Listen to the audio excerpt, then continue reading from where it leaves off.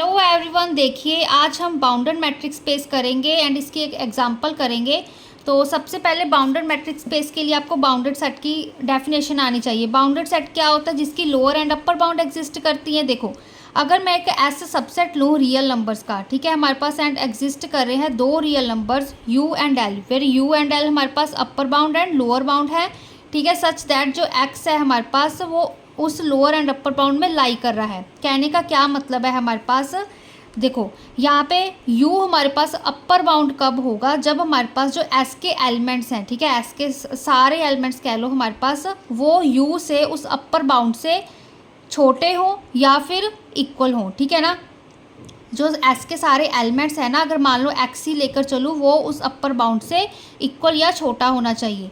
And second क्या होगा हमारे पास, जब हम लोअर बाउंड की बात कर रहे हैं कि हमारे पास s के सारे एलिमेंट्स जो कि हमारे पास उस l से बड़े या इक्वल हों, ठीक है, तो उस l को हम लोअर बाउंड कहेंगे। मतलब देखो एग्जांपल के साथ, अगर s में मैंने क्या एलिमेंट्स लिए, 1 2 3 9 8 12, ये एलिमेंट्स लिए हमारे पास, ठीक है ना। तो यहाँ पर क्या है हमारे पास, लोअर बाउंड क्या आएगी हमारे पास इस सेट की, 1 आएगी, ठीक है। 1 ही हमारे पास लाई कर रहा है ना, रियल नंबर है जो 1 ये, ठीक है। ये इससे हमारे पास बाकी के जो सारे एलिमेंट्स हैं, ठीक है, ये बड़े आ रहे हैं ना, तो 1 हमारे पास क्या बन गई, लोअर बाउंड बन गई। अब इस सेट में अगर हम अपर बाउंड देखें, अपर बाउंड हमारे पास 12 होगी। क्यों? क्योंकि क्या कह रहे हैं हमारे पास, जो ये s के सारे एलिमेंट्स हैं उस अपर बाउंड से इक्वल होने चाहिए या छोटे होने चाहिए। तो ये 1 2 3 9 8 ये सब छोटे हैं 12 से, तो 12 हमारे पास इस सेट की अपर बाउंड होगी, ठीक है। अगर हमारे पास कोई और रियल नंबर एग्जिस्ट कर जाता, मान लो अगर हमारे पास यहाँ पे 20 आ जाता, ठीक है, तो हमारे पास अपर बाउंड इसकी 20 हो जाती, ठीक है। ये हमारे पास देखो एक रियल नंबर लाइन है ना, तो रियल नंबर लाइन में हमारे पास इन्फिनेटली हमारे पास रियल नंबर्स होते हैं, ठीक है। इन्फिनेटली मैनी नंबर्स एग्जिस्ट करते हैं रियल लाइन पे, ठीक है। ऐसे तो है नहीं कि लिमिटेड हो हमारे पास, जैसे हम इंटीजर्स वो थोड़े लिमिटेड आ जाते हैं, ठीक है, कि नेगेटिव और पॉजिटिव नंबर होने चाहिए, है ना। तो यहाँ पर रियल नंबर्स में इन्फिनेटली मैनी नंबर्स होते हैं, तो इसकी अपर बाउंड है, जो लोअर बाउंड्स है वो अकॉर्डिंगली हम चेंज होती रहेंगी, हम बढ़ाते रहेंगे। तो सिंपल बस आप इस कंसेप्ट को यही याद रखो, बाउंडेड सेट वो होता है जिसकी lower bound and upper bound exist करती है, ठीक है। अब देखो, जब हम बाउंडेड मैट्रिक्स स्पेस की बात करते हैं, मैट्रिक्स स्पेस में क्या है हमारे पास, मैट्रिक्स स्पेस क्या था हमारे पास, अगर डी हमारे पास डिस्टेंस फंक्शन है एंड वो एक्स पे मैट्रिक बना रहा है, मतलब ये हमारे पास जो ये चार प्रॉपर्टीज़ थी कि नॉन नेगेटिव हो, ठीक है, नल कंडीशन सेटिस्फाई करे, और क्या था हमारे पास, सिमेट्रिक प्रॉपर्टी, ट्रायंगुलर इनइक्वालिटी, ये चारों प्रॉपर्टीज़ को सेटिस्फाई करे तो डी हमारे पास एक्स पे मैट्रिक स्पेस बनाता है। तो एक्स डी सेट को हम मैट्रिक स्पेस कहते हैं। तो इस चीज़ को हम बाउंडेड मैट्रिक स्पेस कब कहेंगे? कहते हैं अगर हमारे पास there exist m strictly greater than 0 belong to r, ठीक है, एक पॉजिटिव रियल नंबर m, ठीक है। यहाँ पे r क्या है, रियल नंबर है, ठीक है, m इसको रियल्स को बिलोंग कर रहा है, तो हम क्या, ये 0 से भी बड़ा है, तो इसको हम कह सकते हैं कि m हमारे पास एक पॉजिटिव रियल नंबर है, सच दैट वो जो रियल नंबर है क्या होना चाहिए, वो ग्रेटर एंड इक्वल होना चाहिए उस मैट्रिक स्पेस एक्स डी से, ठीक है। जो हम डिस्टेंस फंक्शन एक्स वाई लेके चल रहे हैं वो हमारे पास less than equal to M होना चाहिए, वेयर जो हमारे पास एक्स वाई है वो कैपिटल एक्स के एलिमेंट, तो इस डी को हम क्या कहेंगे, बाउंडेड मैट्रिक कहेंगे, ठीक है। देखो अब हमारे पास जब इस फर्स्ट प्रॉपर्टी को देखो, हमारे पास जो डिस्टेंस एक्स वाई का ग्रेटर देन इक्वल टू 0 होता है, ठीक है, distance of X comma Y is greater than equal to 0, हम इसको ऐसे लिख सकते हैं 0 less than equal to D X comma Y, ठीक है। अब यहाँ पर देखो जो हमारे पास डी ऑफ एक्स वाई क्या है, ये हमारे पास मैट्रिक स्पेस ही है, एक्स डी क्या है हमारे पास मैट्रिक स्पेस है ना। तो ये हम डिस्टेंस एक्स वाई का ले रहे हैं, जो हमारे पास जो फर्स्ट प्रॉपर्टी के अकॉर्डिंग ये जो ये डिस्टेंस है एक्स वाई का वो हमारे पास ग्रेटर देन इक्वल टू 0 आ रहा है, मतलब 0 क्या बन गई हमारी इस डिस्टेंस फंक्शन की लोअर बाउंड बन गई, ठीक है। इसके अकॉर्डिंग देखो तो ये हमारे पास इसकी लोअर बाउंड बन गई। तो अब अपर बाउंड रह गई थी, तो यहाँ पर बाउंडेड मैट्रिक स्पेस में इन्होंने सिर्फ अपर बाउंड का ही हमें बताया है कि हमारे पास क्या एग्जिस्ट करना चाहिए, कोई पॉजिटिव रियल नंबर m, ठीक है। यहाँ पे अब देखो डिस्टेंस, क्योंकि हम पॉजिटिव लेकर चलते हैं, कभी नेगेटिव तो लेकर चलते नहीं, ठीक है, पॉजिटिव ही होता है हमारे पास, तो इसलिए यहाँ पे पॉजिटिव रियल नंबर m लिया है, सच दैट जो ये डिस्टेंस होगा वो less than equal to m होगा, मतलब m क्या है हमारे पास, अपर बाउंड है हमारे पास इस डिस्टेंस फंक्शन की अपर बाउंड एग्जिस्ट करेगी, तो इस फंक्शन को हम क्या कह देंगे, बाउंडेड मैट्रिक कह देंगे, ठीक है, बाउंडेड मैट्रिक स्पेस कह देंगे। क्योंकि फर्स्ट प्रॉपर्टी के अकॉर्डिंग तो जीरो तो ऑलरेडी है, लोअर बाउंड तो ऑलरेडी एग्जिस्ट कर रही है, तो हमारे पास अगर कोई एम भी आ जाए, ठीक है, कैपिटल एम, उसकी मतलब कोई अपर बाउंड मिल जाए, ठीक है, तो उस फंक्शन को हम क्या कह देंगे, बाउंडेड मैट्रिक स्पेस कह देंगे। अब देखिए स्टूडेंट्स, अब ठीक है, बाउंडेड मैट्रिक स्पेस की आज हम इस वीडियो में यही वाली एग्जांपल करेंगे, ठीक है। तो देखो क्या कह रहा है हमारे पास, अगर हम लेट करके चले कि एक्स डी हमारे पास मैट्रिक स्पेस है, ऑलरेडी हम लेट करके चल रहे हैं कि एक्स डी हमें एक मैट्रिक स्पेस दी हुई है, मतलब डी है हमारे पास मैट्रिक बना रहा है, चार प्रॉपर्टीज़ को सेटिस्फाई कर रहा है नॉन एम्प्टी सेट एक्स पे। क्या हमने शो करना है, शो दैट फंक्शन किस तरह से डिफाइन किया हुआ है, एक फंक्शन D1, यहाँ पे D1 है, D1 ऑफ एक्स वाई किसके इक्वल होगा, distance of X Y upon 1 plus distance of X Y. मतलब जो ये हमारे पास जो D1 एक्स वाई है, ठीक है, ये सारा फंक्शन है हमारे पास, वो किससे जनरेट हो रहा है, हमारे पास एक तरह से डी वाले फंक्शन से, ठीक है, डी मैट्रिक्स से ही जनरेट हो रहा है, ठीक है, क्योंकि यहाँ पर भी डी है, यहाँ पर भी डी है। तो जो ये D1 एक्स है वो क्या कहते हैं, हमारे पास क्या शो करना है, वो बाउंडेड मैट्रिक होनी चाहिए एक्स पे, ठीक है, बाउंडेड होनी चाहिए एंड मैट्रिक होनी चाहिए। तो पहले हम इसको 4 प्रॉपर्टीज सॉल्व करके मैट्रिक प्रूफ करेंगे, आफ्टर दैट इसको बाउंडेड दिखा देंगे, ठीक है। एक और स्टेटमेंट है, show that any matric space bounded और नोट, मैट्रिक स्पेस कहते हैं चाहे बाउंडेड हो या फिर ना हो, can be made into bounded matric space. तो उसको हम ठीक है, मैट्रिक स्पेस जो कि बाउंडेड हो चाहे ना हो, उसको हम एक बाउंडेड मैट्रिक स्पेस दिखा सकते हैं। तो देखो अब हमने इस फंक्शन को पहले मैट्रिक शो करते हैं, ठीक है। मैट्रिक शो करने के लिए फर्स्ट प्रॉपर्टी क्या हम सॉल्व करेंगे कि वो नॉन नेगेटिव होना चाहिए, मतलब जो D1 एक्स वाई है वो ग्रेटर दैन इक्वल टू 0 होना चाहिए। अब देखो क्योंकि D हमारे पास मैट्रिक है, डी मैट्रिक है, तो वो हमारे पास चारों प्रॉपर्टीज़ को सॉल्व कर रहा है, तो हम लिख सकते हैं कि जो डिस्टेंस है एक्स वाई का वो ग्रेटर दैन इक्वल टू 0 होगा, क्योंकि हमने क्या शो करना है, D1 वाला डिस्टेंस शो करना है, ठीक है। यहाँ पे हमारे पास डी मैट्रिक दिया हुआ है क्वेश्चन में, तो distance X Y greater than equal to 0 होगा। अब क्या किया, दोनों तरफ मैंने 1 ऐड कर दिया, ठीक है। अब 1 ऐड किया, हमारे पास एक तरह से ये भी एक इक्वेशन बन गई, ये भी इक्वेशन बन गई, ठीक है। अब इन दोनों को अगर मैं डिवाइड कर दूं, ठीक है, डिस्टेंस ऑफ एक्स वाई को मैंने 1 plus distance of X Y के साथ डिवाइड कर दिया, यहाँ पे 0/1 डिवाइड हो गया, ठीक है। ये साइन हमारे पास एज इट इज़ ही रहेगा, ठीक है ना। तो देखो क्या आएगा, देखो साइन कब चेंज होता है, जब हम रेसिप्रोकल करते होते हैं, ठीक है ना। तो यहाँ पर हम रेसिप्रोकल नहीं कर रहे, हम सिंपली इसको इससे डिवाइड कर रहे हैं, ठीक है। तो क्या आएगा, अब देखो ये टर्म तो एज इट इज़ आ गई हमारे पास, ठीक है। अब 0/1, 0 की किसी भी चीज़ के साथ डिवाइड कर दो, 0 ही आएगा आंसर, यहाँ पे 0 रह गई। तो इस टर्म को अब ये किस तरह से डिफाइन था, D1 ऑफ एक्स वाई कुछ इस तरह से था, तो इसकी प्लेस पे हम लिख सकते हैं कि D1 एक्स वाई एक अकेला D1 एक्स वाई है, ठीक है। तो D1 X Y greater than equal to किसके आ गया हमारे पास, 0 के इक्वल। तो फर्स्ट प्रॉपर्टी क्या होगी, सेटिस्फाई। अब सेकंड देखो हमारे पास इफ़ एंड ओनली इफ वाली कंडीशन है, हम क्या लेके चले हैं कि जो डिस्टेंस है, डिस्टेंस ऑफ 1, ठीक है, D1 ऑफ एक्स वाई 0 के इक्वल है। इफ़ एंड ओनली इफ जो डिस्टेंस होगा X Y upon 1 plus distance of X Y क्या है हमारे पास, 0, ठीक है ना। देखो क्योंकि हमने ये चीज़ को शो करनी कि एक्स वाई के इक्वल आए, ठीक है, तो इसके अकॉर्डिंग इस चीज़ को हम क्या लिख रहे हैं कि डिस्टेंस ऑफ एक्स वाई हमारे पास 0 है, दैट इज़ क्या मतलब जो distance D1 of X Y है वो इस तरह से डिफाइंड है, तो ये हमारे पास टर्म 0 है। अब देखो यहाँ पर जो हमारे पास डिस्टेंस ऑफ एक्स वाई ही 0 के इक्वल आएगा, ठीक है। ये टर्म है जो हमारे पास डिनोमिनेटर वाली टर्म है ना, 1 plus distance of X Y, ये हमारे पास 0 नहीं हो सकती, ठीक है। अगेन अगर यहाँ पर हम फर्स्ट प्रॉपर्टी यूज़ करें कि जब D, क्योंकि हमारे पास मैट्रिक स्पेस है, तो ठीक है, जो D है वो D एक्स वाई, ये हमारे पास मैट्रिक स्पेस थी ना, फर्स्ट प्रॉपर्टी के अकॉर्डिंग ये ग्रेटर दैन इक्वल टू 0 होती है हमारे पास। अगर मैं दोनों तरफ 1 ऐड कर दूँ, 1 प्लस यहाँ पे D X comma Y greater than equal to 0 + 1 कितना होता है, यहाँ पे 1 नहीं आ जाएगा, ठीक है। तो जो ये टर्म है ना हमारे पास, जो ये डिनोमिनेटर है वो क्या है हमारे पास, वो ग्रेटर दैन इक्वल टू 1 है, ठीक है। वो 0 नहीं हो सकता, क्योंकि जो हमारे पास डी एक्स वाई की है ना मिनिमम वैल्यू हमारे पास वो 0 आती है। अगर 0 भी आई तो हमारे पास डिनोमिनेटर में 1 आएगा, ठीक है। तो हमारे पास न्यूमरेटर 0 के इक्वल आएगा, क्योंकि यहाँ पे हमने ये 0 से सारे टर्म 0 के इक्वल है, तो हमने ये चीज़ दिखानी है कि कौन सी टर्म हमारे पास न्यूमरेटर या डिनोमिनेटर में से कौन सी 0 के इक्वल हो सकती है, ठीक है। तो ये वाली टर्म हमारे पास 0 के इक्वल हो सकती है। अगर ये हमारे पास 0 के इक्वल है तो अगर एंड हमारे पास डी मैट्रिक है, ठीक है, डी मैट्रिक है तो उसकी सेकंड प्रॉपर्टी क्या थी हमारे पास कि जो हमारे पास D of X comma Y किसके इक्वल होता है हमारे पास, डी ऑफ एक्स वाई अगर हमारे पास 0 हो इफ़ एंड ओनली इफ हमारे पास एक्स वाई के इक्वल हो, ठीक है। तो डी हमारे पास मैट्रिक है, सेकंड प्रॉपर्टी लगाई हमने कि जो हमारे पास डिस्टेंस एक्स वाई का 0 के इक्वल आ रहा था तो हमारे पास एक्स वाई के इक्वल आ जाएगा, ठीक है।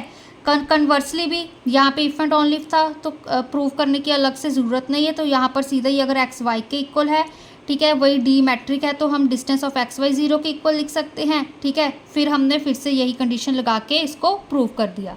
अब देखो थर्ड पॉइंट क्या है हमारे पास, सिमेट्रिक प्रॉपर्टी। सिमेट्रिक तो इजी है, हमारे पास D1 XY था हमारे पास, इसको हमने क्वेश्चन के अकॉर्डिंग लिखा कि किस तरह से डिफाइन किया हुआ था। अब फिर से क्योंकि D हमारे पास यहाँ पे ऊपर लिख लेना कि D हमारे पास मैट्रिक है, ठीक है, तो थर्ड कंडीशन भी सेटिस्फाई करेगी, ठीक है। थर्ड कंडीशन के डी ऑफ एक्स वाई हमारे पास डी ऑफ वाई एक्स के इक्वल होता है, ठीक है ना।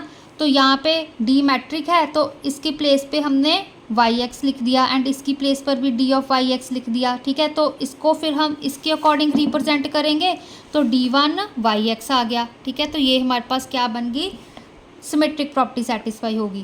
थर्ड अब ट्रायंगुलर इनइक्वालिटी देखिए। ट्रायंगुलर इनइक्वालिटी में क्या है हमारे पास, जो डिस्टेंस है D1 ऑफ एक्स वाई वो लेस दैन इक्वल टू होगा D1 of X Z plus D1 of Z Y. इसके लिए हमने लेट किया कि एक्स वाई जेड हमने एक एक्स के एलिमेंट्स लिए, फिर क्या कह रहे हैं हमारे पास कि क्योंकि डी हमारे पास मैट्रिक है एक्स पे तो वो फोर्थ प्रॉपर्टी ट्रायंगुलर इनइक्वालिटी भी सेटिस्फाई करेगी। कौन सी हमारे पास, मतलब distance of X Y less than equal to distance of X Z plus distance of Z Y. अब दोनों तरफ मैंने 1 ऐड कर दिया, 1 ऐड किया फिर उसका रेसिप्रोकल कर दिया दोनों टर्म्स का। अब देखो क्योंकि इनइक्वालिटी है हमारे पास यहाँ पे, ठीक है, तो हम इनइक्वालिटी अगर जब हम रेसिप्रोकल लेते हैं तो वो चेंज हो जाती है, लेस दैन इक्वल टू था वो ग्रेटर दैन इक्वल टू में चेंज हो गया, ठीक है। यहाँ पे 1 प्लस डी एक्स वाई का 1/1 प्लस डी एक्स वाई बन गया। यहाँ पे इस टर्म का 1/1 plus D X Z plus D Z Y बन गया। अब फिर से अब देखो यहाँ पे क्या किया, दोनों तरफ माइनस का साइन लगा दिया, ठीक है। दोनों तरफ अगर हम माइनस का साइन ऑपरेट करेंगे, ठीक है, ऑपोजिट साइन लगाते हैं तो हमारे पास तब भी साइन चेंज हो जाता है इनइक्वालिटी का, ठीक है। तो यहाँ पर अब ग्रेटर दैन इक्वल टू आया था तो यहाँ पे लेस दैन इक्वल टू आ जाएगा क्योंकि दोनों तरफ हमने माइनस लगा दिया, ठीक है। फिर क्या किया, यहाँ पे आप चाहे ऐसे कह लो कोई 1 को ऐड कर लिया, ठीक है, यहाँ पे दोनों तरफ फिर हमने 1 लगा दिया, ठीक है।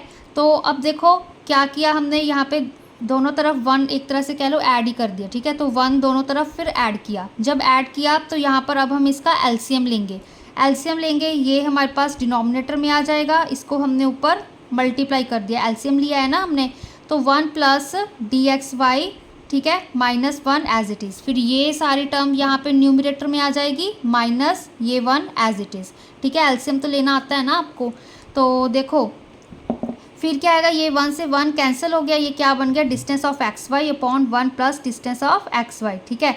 लेस दैन इक्वल टू ये 1 से ये कैंसिल हो गया तो हमारे पास ये वाली सारी टर्म बच गई, ठीक है। Distance of X Z plus distance of Z Y upon 1 plus distance of X Z distance of Z Y, ठीक है।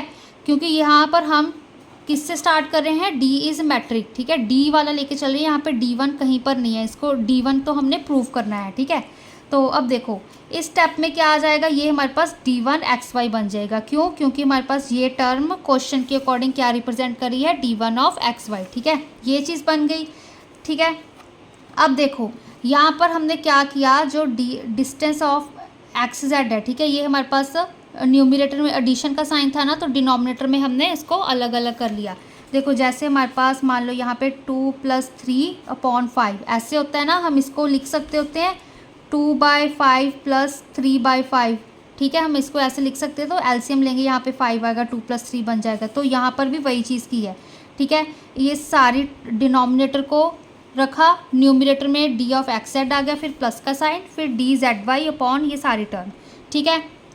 अब देखो यहाँ पर डी ऑफ एक्स जेड किस upon 1 plus D X Z, ये टर्म कैसे आई, ठीक है।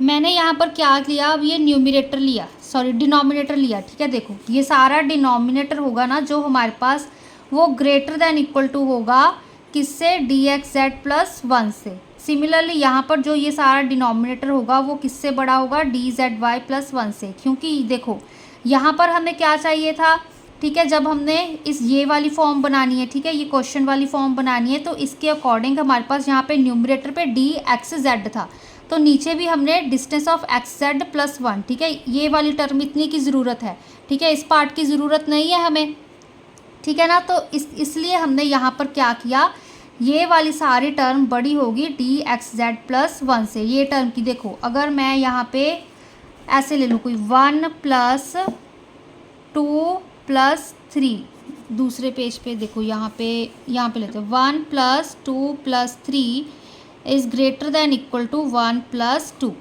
ठीक है ना, यहाँ पे कंफ्यूज नहीं होना है। देखो इसके अकॉर्डिंग अगर मैं ले लूँ कि dxz की वैल्यू 2 है, dzy की वैल्यू 3 है, ठीक है, ये 1 हमारे पास एज इट इज़ आ गया। यहाँ पर भी मैंने क्या किया, ग्रेटर दैन इक्वल टू का साइन एज इट इज़, फिर ये वाला 1 एज इट इज़, dxz की वैल्यू 2 ली थी तो 2 आ गई।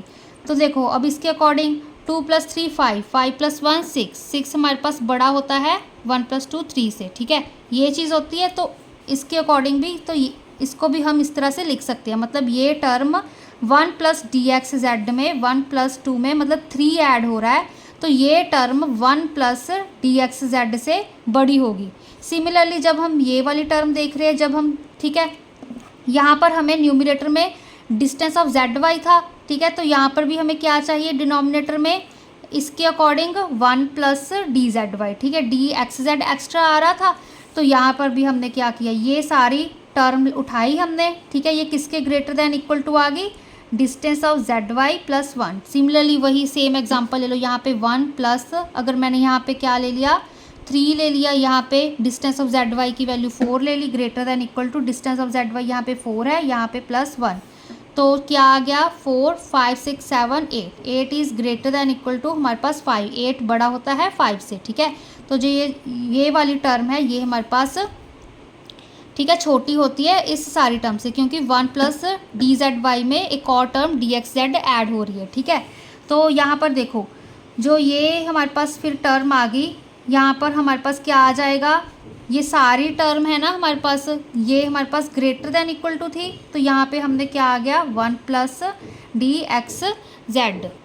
कंफ्यूज नहीं होना है यहाँ पर देखो, क्योंकि ये टर्म हमारे पास डिनोमिनेटर में थी, ठीक है, इसलिए हमारे पास यहाँ पे इनइक्वालिटी का साइन चेंज नहीं हुआ, ठीक है। अगर देखो ये सारी टर्म है ना, अगर इसका मैं इसको डिनोमिनेटर में लिखूँगी तो कैसे लिखूँगी, ये 1 + dxz + d, यहाँ पे क्या है zy, ठीक है, तो ये सारी टर्म लिखी मैंने यहाँ पर, ठीक है। अब ये यहाँ पे ग्रेटर दैन इक्वल टू का साइन था, क्योंकि मैंने यहाँ पे रेसिप्रोकल कर दिया तो ये लेस दैन इक्वल टू बन गया, तो यहाँ पे क्या आ गया, अब हमारे पास ये टर्म थी, ये भी हमारे पास 1/dxz+1, ठीक है ना।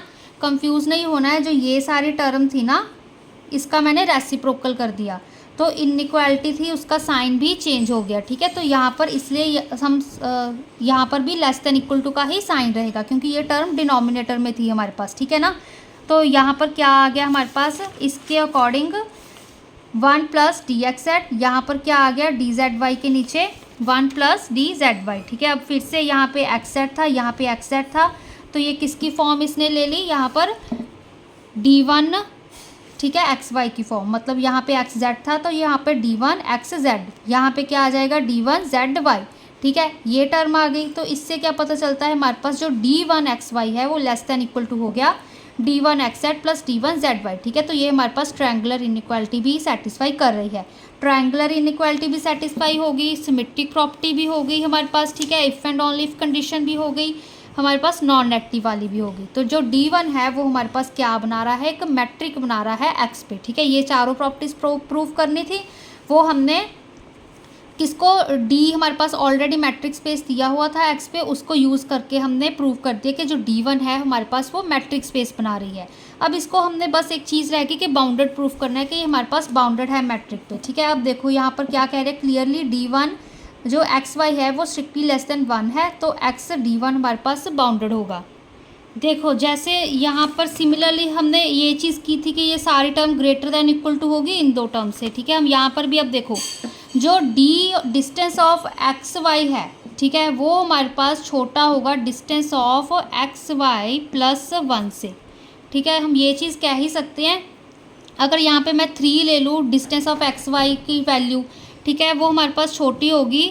यहाँ पे क्या है 3, यहाँ पे +1। ठीक है, मतलब 3 is strictly less than 4। Obvious सी बात है, ये हमारे पास 4 से छोटी है। ठीक है, तो इस चीज़ को हम कह सकते हैं कि जो डिस्टेंस है एक्स वाई का वो क्या है हमारे पास छोटा है डिस्टेंस ऑफ एक्स वाई +1 से। ठीक है, तो यहाँ पर हम क्या लिख सकते हैं, यहाँ पे देखो डिस्टेंस ऑफ एक्स वाई +1 ये हमारे पास बड़ा है, मतलब इसको रिवर्स करके लिख दिया। ठीक है, distance of X comma Y से। ठीक है ना, चाहे पहले वाली ही टर्म लिख लो, तो चलो पहले वाली टर्म लिख लेते हैं। देखो मतलब डिस्टेंस है जो एक्स कॉमा वाई का वो छोटा है डिस्टेंस ऑफ एक्स वाई +1 से। अब देखो यहाँ पर मैं अगर दोनों तरफ इसको डिवाइड कर दूँ, distance of X comma Y +1, यहाँ पे distance of X comma Y +1 से, इस तरह से डिवाइड कर ही सकते हैं। ठीक है, क्योंकि हमारे पास डिनोमिनेटर है वो हमारे पास 0 नहीं है वो। ठीक है, क्योंकि डिस्टेंस है जो एक्स वाई का हमारे पास नेगेटिव तो हो नहीं सकता, अगर नेगेटिव होगा तो -1 होना चाहिए, फिर तभी आंसर 0 आएगा। बट डिस्टेंस है जो एक्स वाई का डिस्टेंस कभी भी हमारे पास नेगेटिव नहीं होता। ठीक है, तो ये टर्म हमारे पास पॉजिटिव ही है। इससे अगर मैंने डिवाइड किया तो ये टर्म क्वेश्चन के अकॉर्डिंग क्या बन गई, D1 एक्स कॉमा वाई। ठीक है, ये किससे छोटी आ गई, ये हमारे पास ये इससे कैंसिल हो गया। ठीक है, दोनों टर्म्स कैंसिल हो गई, तो ये हमारे पास क्या आ गया 1 आ गया। ठीक है, जो हमारे पास D1 एक्स वाई हमारे पास मैट्रिक स्पेस भी बना रहा था। ठीक है, मतलब वो हमारे पास ये भी कंडीशन सेटिस्फाई कर रहा था फर्स्ट वाली के, जो डिस्टेंस है X Y distance D1 of X Y greater than equal to 0 था। ठीक है, एंड में हमने एक और प्रूव कर दिया कि हमारे पास जो डिस्टेंस है D1 एक्स वाई है वो हमारे पास स्ट्रिक्टली लेस देन आ रहा है 1 आ रहा है। ठीक है, तो वो हमारे पास बाउंडेड है, ये अपर बाउंड आ गई उसकी। ठीक है ना, बेसिकली हमने अपर बाउंड ही प्रूव करना होता है हमारे पास। ठीक है ना, बाउंडेड मैट्रिक्स स्पेस में अपर बाउंड प्रूव करना था, तो मेनली ये वाली कंडीशन प्रूव करनी थी, तो ये हमने प्रूव कर दी। तो इससे क्या आ गया हमारे पास, जो एक्स डी है एक्स D1 है वो हमारे पास बाउंडेड आ गया। तो एक्स D1 हमारे पास बाउंडेड मैट्रिक स्पेस आ गया। ठीक है, तो यही हमने इसमें प्रूव करना था। कंफ्यूज नहीं होना है, तो हमने यहाँ पर बस पहले D1 को मैट्रिक प्रूव किया डी की प्रॉपर्टीज़ यूज़ करके, फिर उसको हमने matrix bounded matric space prove कर दिया, फिर से वही डी की जो हमने इसको मैट्रिक बनाया है। ठीक है, फर्स्ट प्रॉपर्टी यूज़ करके इसको बाउंडेड प्रूव कर दिया। ठीक है, तो नेक्स्ट लेक्चर में इसकी हम सेकंड एग्जांपल करेंगे।